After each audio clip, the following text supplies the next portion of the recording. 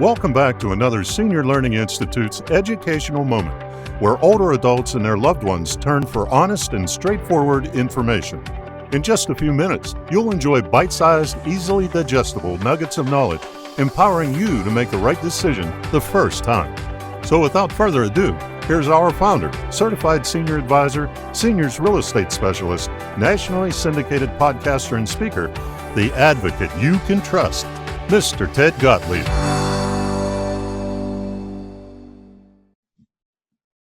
Welcome back to another Senior Learning Institute educational moment. I'm Ted Gottlieb, founder of the Institute. This is podcast 4 of 5 on Medicare. As we noted in earlier Medicare podcasts, Medicare Insurance has a lot of moving parts. In my opinion, seeking the assistance of a licensed Medicare insurance specialist is a no-brainer. It's a free service that will save you time, aggravation, and hopefully money. In earlier podcasts, Randy Schrupp discussed Medicare Parts A and B, as well as Medigap Insurance. A conversation on Medicare Advantage, also known as Medicare Part C, follows this discussion on Medicare Part D, which is drug plans. Boy, a lot of initials. Randy, we've already signed up for Original Medicare Part A, that covers hospitalization, and Part B, that covers doctor's visits and other outpatient services. And we have a Medigap policy that helps pay for what Medicare does not. But there's more, isn't there? Yes, there is. Part D of the law was written in 2006, and for the first time, it gave coverage for prescription drugs, medications that you take at home are prescribed, pick up, and bring home. If you're in the hospital or in a skilled nursing facility, they're covered under Part B, but at home, it's prescription drug coverage. So that coverage became available in 2006. Oh, that's great. So I'm thrilled that we're talking about that today. But, as I said in previous podcasts, all this insurance is starting to get expensive. Yeah, it can be that way. If you'll hang on, hopefully we'll in the next podcast, we'll discuss a way that might make it a bit more affordable for some folks on a fixed budget.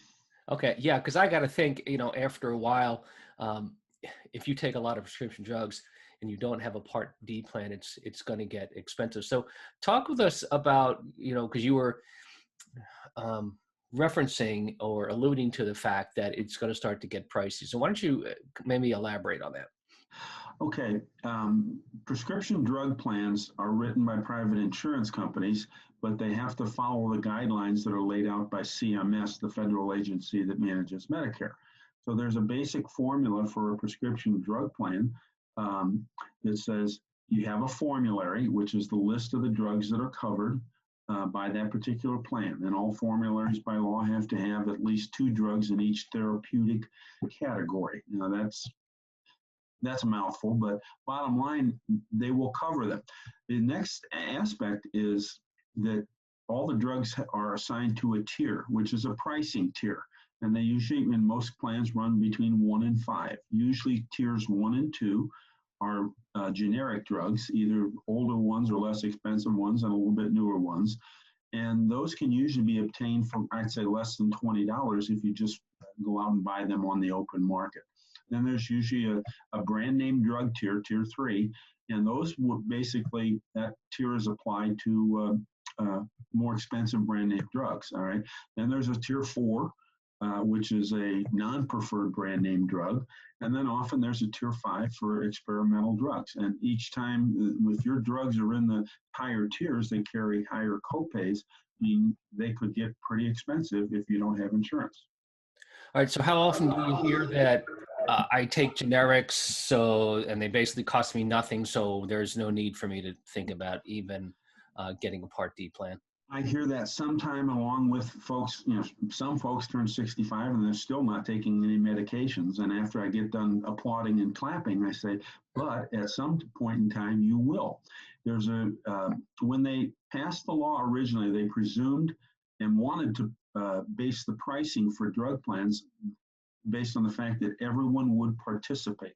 So when they wrote the law, they included a provision that no, you don't have to buy a drug plan, but if you don't buy it when you first become eligible for Medicare, there is a penalty that you will pay if and when you do finally decide you want drug coverage. So let me give you an example.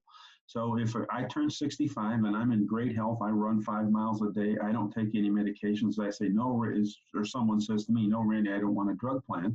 I say, well, I explained to them what I just did, and if they say, no, I still don't want it, that's fine. But now 10 years later, they're 75, and now they need a drug plan.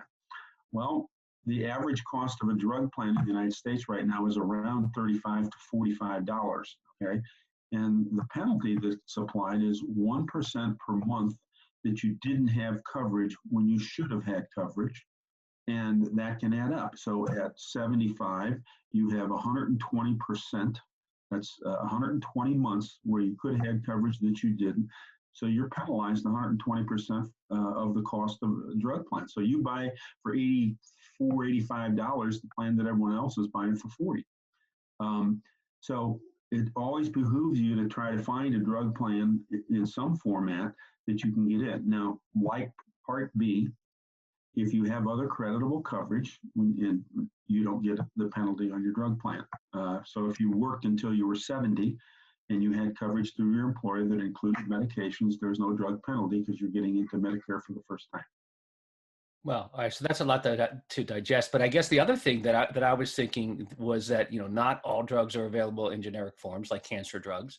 Right. That might cost you X amount per dose. So let's just say for some reason I'm diagnosed with something, and I say to you, Randy, I'm ready for the drug plan now.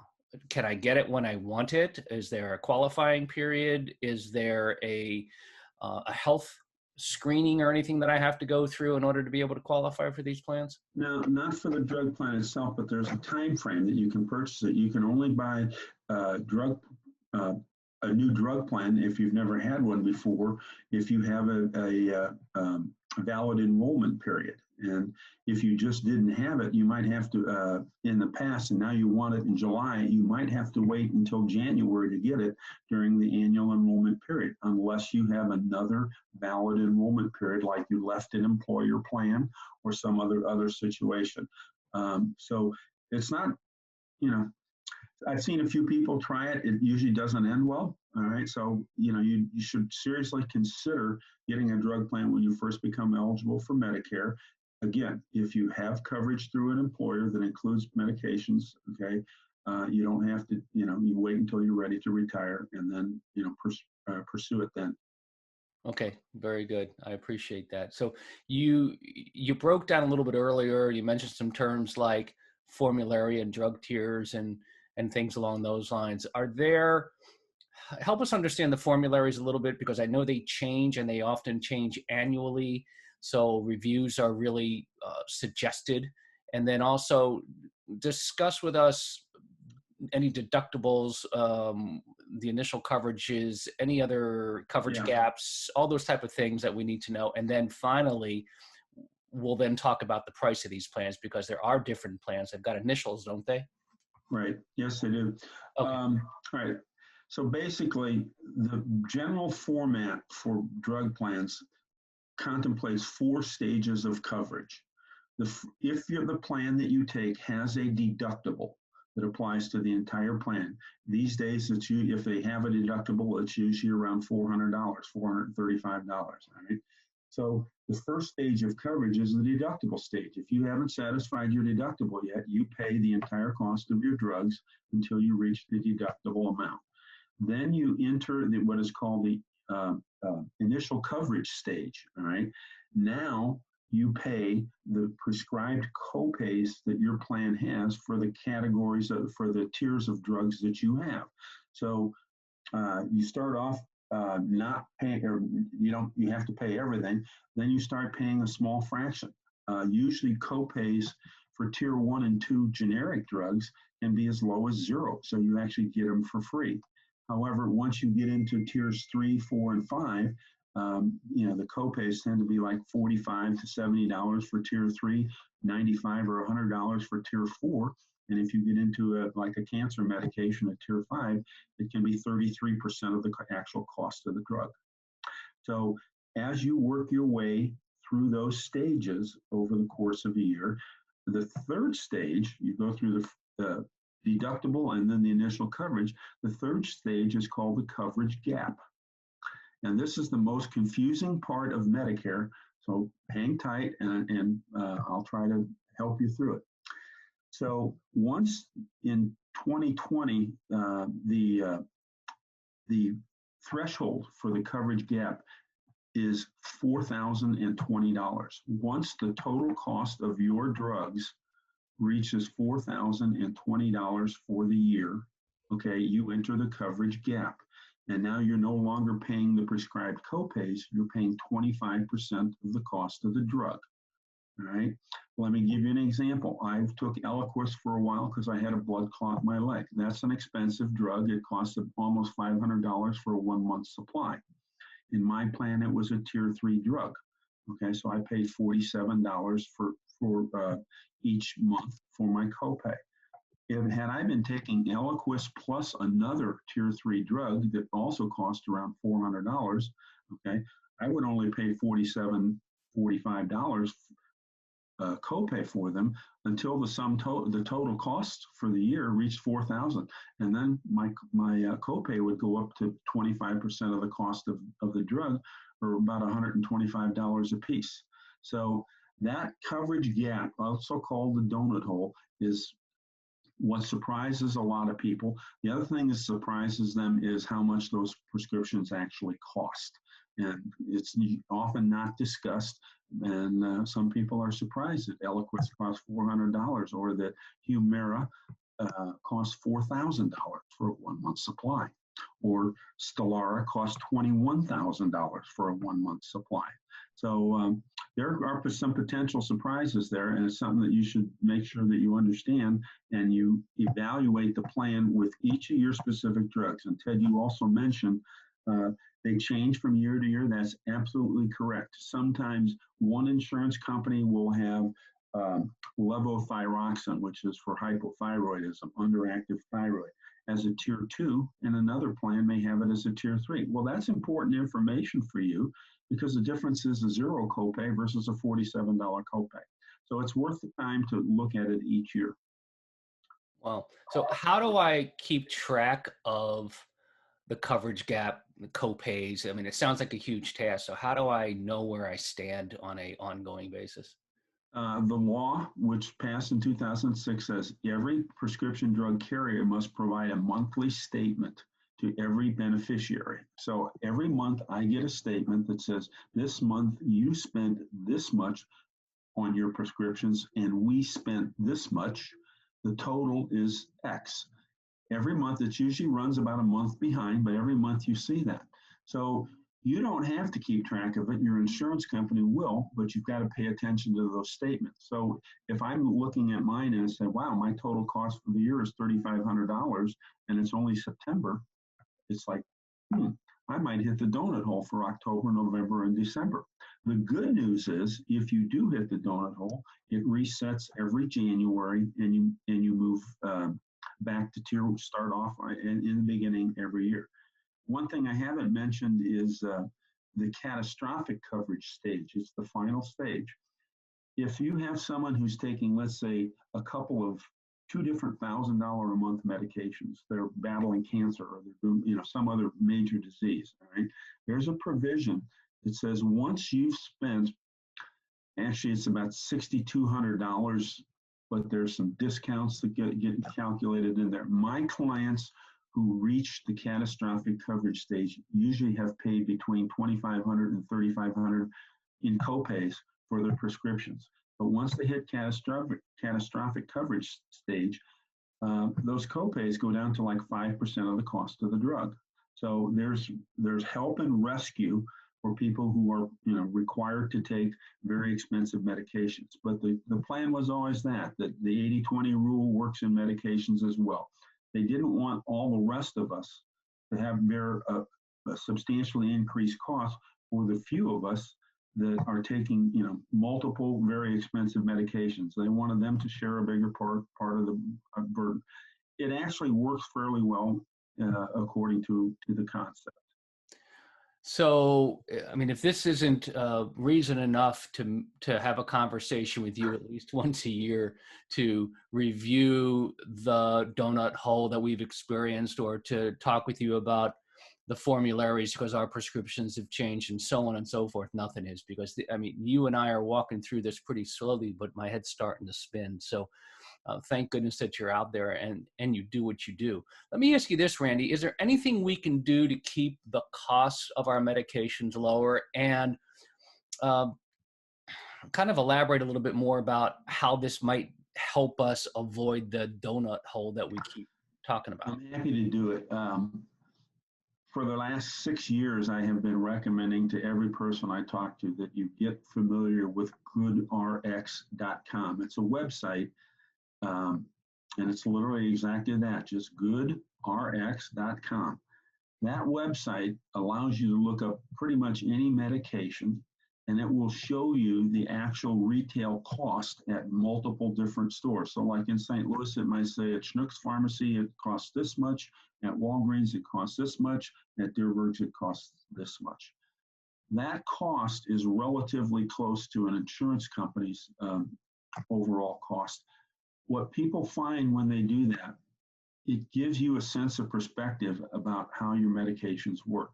The first thing you can do is, if you're taking a very expensive medication, ask your doctor, are there any generics which would be less expensive for me and help keep me out of the donut hole, okay, that would, that would work for me. And if you haven't tried it, okay, the insurance companies actually have the right, it's called step therapy, to ask you to try a less expensive drug and see if it works before you can step up to a more expensive drug.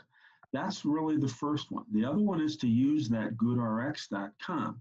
Sometimes, believe it or not, the prescription price through the insurance company on your prescription drug plan, the copay may be higher than the actual cost if you go on GoodRx and use their coupons. Okay, so it might cost you $15 to get a medication on your insurance plan, but you can buy it for $5 or $6 if you just print out a coupon and take it into your drugstore. And most of us have seen the commercials on TV, but that's a very valuable, tool. And if you find you can purchase your prescription cheaper than the copay from your insurance plan, buy it directly. And it has two effects. Number one, the cost of that medication doesn't go towards putting you into the donut hole. And number two, it gives you, you're saving money on what you'd ever otherwise pay in the copay. Right. So if I hear you correctly, there are times when if I use the GoodRx coupon, it's going to cost me less than if I actually used my Part D plan through Medicare. That is absolutely correct. And it's unfortunate, but the prescription drug pricing, and don't get me on my soapbox, it's kind of it's highway robbery, in my opinion. The pharmaceutical companies make a lot of money, and unfortunately, they make a lot of it from seniors. So this is the area where you most have to be vigilant and know what's going on, what you're taking, what's being prescribed, and GoodRx is just an simple, easy tool to help you figure it out. Wow, that's mind-boggling. One thing I'm curious about is for veterans. Right now in the year 2020, there are a lot of older adults who served still in World War II and the Korean conflict, and now Vietnam vets are starting to get up there in age as well. If they're going through the VA, is that really the best place to start when it comes to getting pricing or getting our prescription drugs so that we don't have to use Medicare? Well, actually, and I can tell you that I just sat with a vet yesterday from a Vietnam vet, and that was exactly the situation. This particular gentleman happens to have precursor to emphysema. So he's using inhalers, and those are traditionally tier 3 drugs. When you look them up on GoodRx, even the off-brand ones called ProAir or stuff like that, are usually tier 3, which means it carries a $47 copay, plus the actual cost is oftentimes between $100 and $200. So they can really contribute to both pushing you into the donut hole and charging you more. Well, he gets his inhalers from the VA for $7, okay? And I basically told him, you can continue to do that and, use the VA for your prescriptions. And even if you're enrolled in another plan, it gives you some options. But yeah, the VA is tough to beat, which is, I think, a good thing. So VA, in this order, VA, GoodRx, and then Medicare Part D. That's what I do.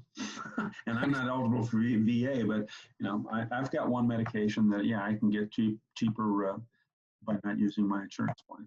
Right, and sometimes too, some of the pharmacies and the supermarkets, they have some phenomenal deals, and especially if you go to some of the big box stores, prescriptions can be really inexpensive without having to $4.